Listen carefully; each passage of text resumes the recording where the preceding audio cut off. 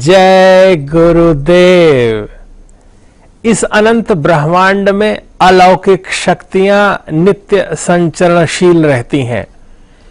जो दैवीय तत्व है वो प्रत्येक व्यक्ति की चित्त चेतना में जागृत और चैतन्य है और उस चैतन्य सत्ता को स्वयं में अनुभव करने, उन परिस्थितियों का स्वयं पर प्रभाव देखने एवं इस आह्लाद के साथ समरस होने के लिए नवरात्रि का काल अत्यंत महत्वपूर्ण होता है। नवरात्रि के 9 दिन प्रत्येक व्यक्ति के जीवन में, चित्त चेतना में और व्यवहार में परिष्कार के लिए अत्यंत महत्वपूर्ण और आवश्यक है। नवरात्रि की यह सुंदर भव्य दिव्य छटा चारों ओर बिखरी हुई है। हम मां चंद्र घंटा की स्तुति कर रहे हैं। तृतीय दिवस में मां चंद्र घंटा का पूजन, स्मरण, चिंतन अत्यंत आह्लादकारी होता है। जो भी जातक मां चंद्र घंटा की स्तुति करते हैं उनके जीवन में यश, कीर्ति, मान और प्रतिष्ठा का विस्तार हो जाता है। पिंडज प्रवरारूढ़ा चंडकोपास्त्र केर्युता प्रसादम तनुते मह्यम चंद्र घंटेति विश्रुता। मां भगवती चंद्र घंटा एक ऐसी दैवीय तत्व, ऐसी सत्ता है। मां भगवती का वह स्वरूप है जिन्होंने अपने ललाट पर, अपने भाल पर एक ऐसा तिलक लगाया हुआ है जो चंद्रमा के आकार का है, जिसमें चंद्र घंटा नाम ही उनका इसलिए पड़ता है कि जो उन्होंने बिंदी लगाई है वो चंद्रमा के आकार का एक घंटा उसमें बना हुआ है और वे ध्वनि विस्तारक हैं। मां भगवती अपने घोर और रौद्र स्वरूप में जब आती हैं तो रुद्र रूपिणी हो जाती हैं और इतना निनाद होता है कि संपूर्ण शत्रु सेना अस्त व्यस्त हो जाती है।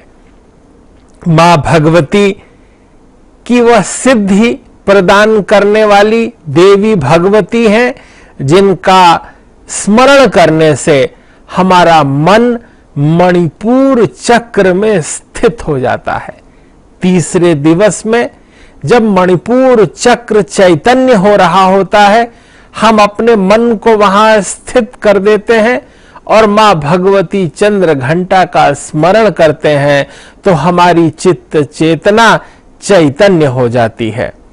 वे ध्वनि का विस्तार करने वाली भगवती हैं, अर्थात अपने स्वरूप में इतना निनाद होता है, घंटे की इतनी ध्वनि होती है कि शत्रु सेना तो मानो वधिर हो जाती है और सज्जनों को जो परेशान करते हैं ऐसे दुर्जन लोगों के जीवन में इतना अधिक कोलाहल उत्पन्न कर देती हैं, इतनी अधिक ध्वनि का प्रसार कर देती हैं कि वो व्यक्ति अचेत हो जाता है।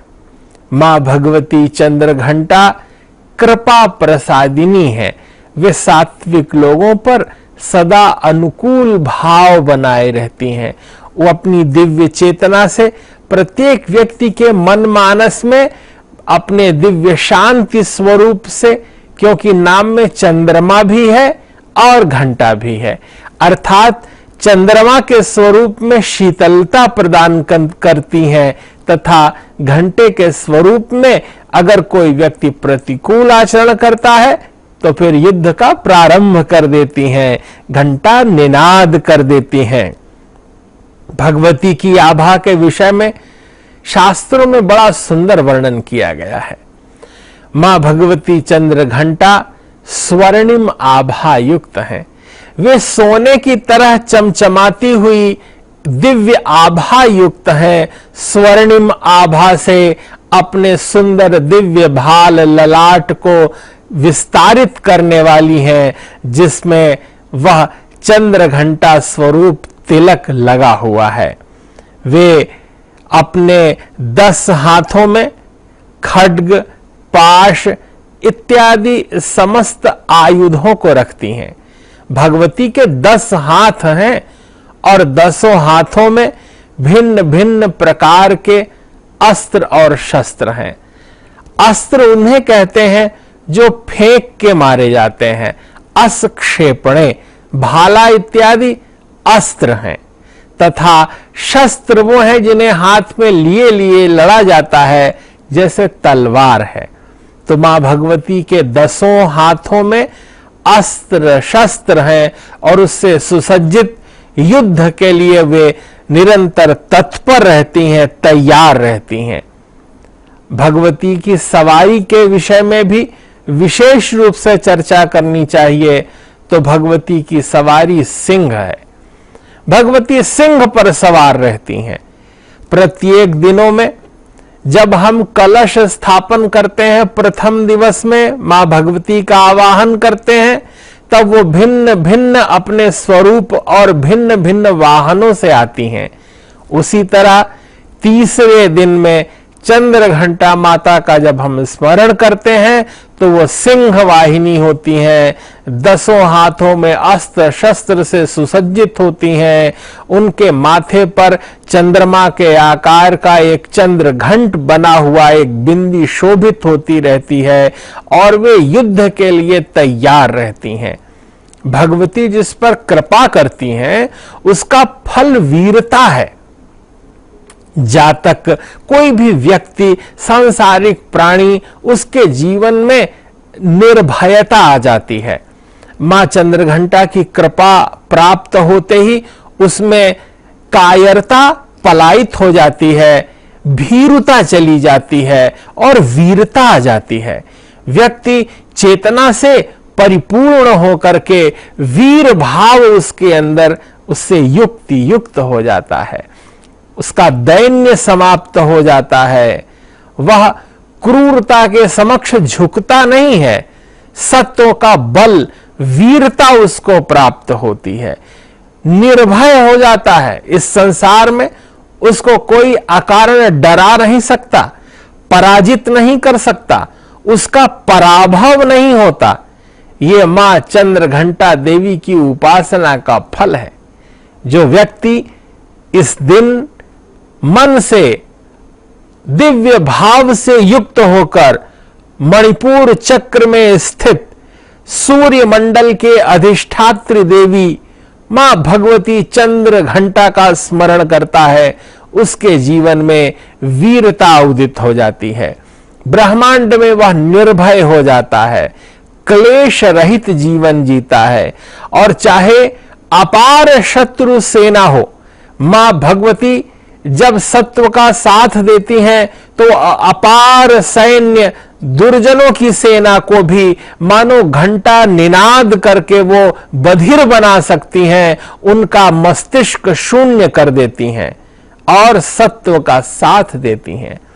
जो भी जातक, जो व्यक्ति मां चंद्र घंटा की उपासना तृतीय दिवस में करते हैं, उनके जीवन में दिव्यता का अभ्युदय होता है।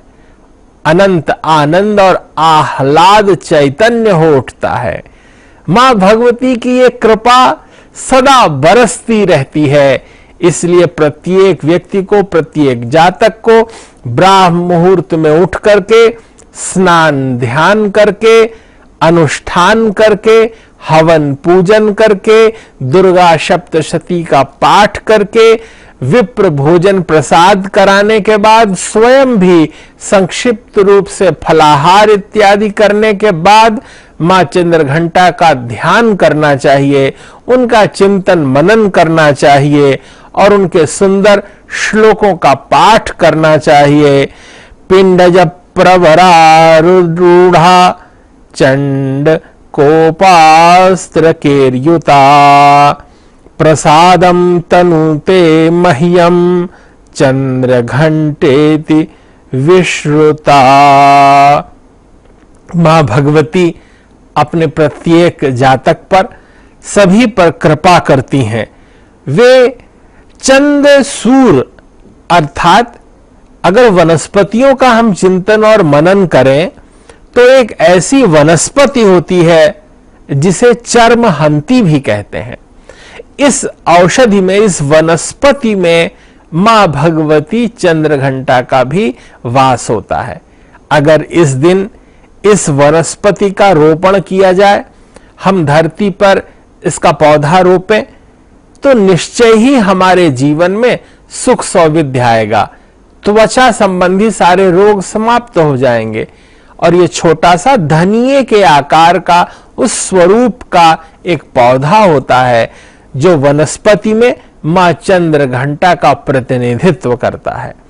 इसलिए प्रत्येक चराचर जगत में, ब्रह्मांड में जो कुछ भी है उसमें भगवदीय सत्ता का स्वरूप देखना चाहिए और यह समझना चाहिए कि यह अलौकिक ब्रह्मांड उस परम सत्ता का ही विस्तार है जो वेद की ऋचाओं में स्पंदित है, जो अग्निमीणे पुरोहितम, ऋग्वेद के पहली ऋचा का पहला अक्षर जो अक है, उसमें ही संपूर्ण ब्रह्मांड समाया हुआ है। क्योंकि यह सारा संसार शब्दमय है और शब्दमय संसार की शुरुआत, प्रारंभ और उसका बीज अक है। जैसे एक शब्द में संपूर्ण शब्द संसार है, उसी तरह एक वनस्पति में, एक छोटी सी पौधे की एक संक्षिप्त सी जड़ में देवी मां की भगवदीय कृपा निरंतर अनुस्यूत है। छोटी से छोटी चीज भी बड़े से बड़ा फल कर सकती है। इसलिए संपूर्ण ब्रह्मांड की उस अलौकिक दिव्य और भगवदीय चेतना में देवत्व का वास रहता है।